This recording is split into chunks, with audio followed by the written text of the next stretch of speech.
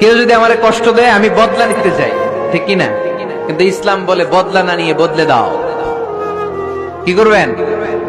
বদলা নিও না, বদলে দাও। আল্লাহর কাছে বল, বন্ধুর কাছে বলার আগে, স্ত্রীর কাছে বলার আগে, ফেসবুকে শেয়ার করার আগে কষ্টের কথা শেয়ার করব কার কাছে? বিশ্বনবী সাল্লাল্লাহু আলাইহি ওয়াসাল্লাম আমাদেরকে এটাই শিখিয়েছেন। এই শিক্ষার মধ্য দিয়ে গোটা বিশ্বকে তিনি চেঞ্জ করে দিয়েছেন। তার নাম মুহাম্মদ।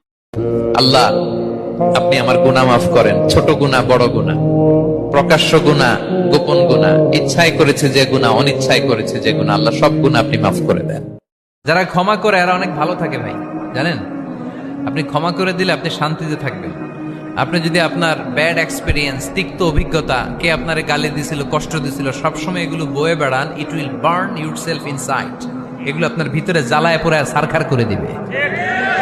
আর যদি ভুলে যান, জায়গায় মাফ করে দেন, তাহলে শোধবোধ সব শেষ। আমি আছি শান্তিতে, ঠিক কিনা?